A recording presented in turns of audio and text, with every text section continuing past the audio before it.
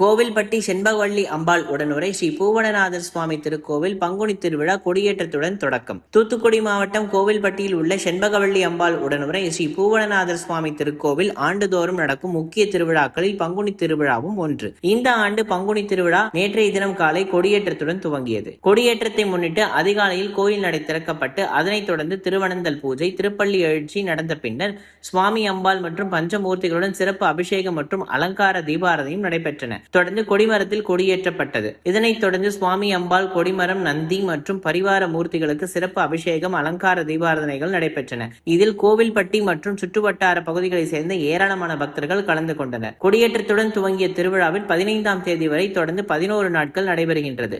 இவ்விழா நாட்களில் தினமும் காலையிலும் மாலையிலும் சுவாமி அம்பாள் பல்வேறு வாகனங்களில் எழுந்தருளி திருவீதி உலா வரும் நிகழ்ச்சி நடைபெறுகின்றது. 9ஆம் திருநாளான ஏப்ரல் 13ஆம் தேதி விழாவின் முக்கிய நிகழ்ச்சியாக திருத்தேர் ஓட்டம் நடைபெறுகின்றது. 10ஆம் திருநாளான ஏப்ரல் 14ஆம் தேதி தீர்த்தவாரி நடைபெறுகின்றது. 11ஆம் திருநாளாக ஏப்ரல் 15ஆம் தேதி இரவு தெப்போற்சவமும் நடைபெறுகின்றது.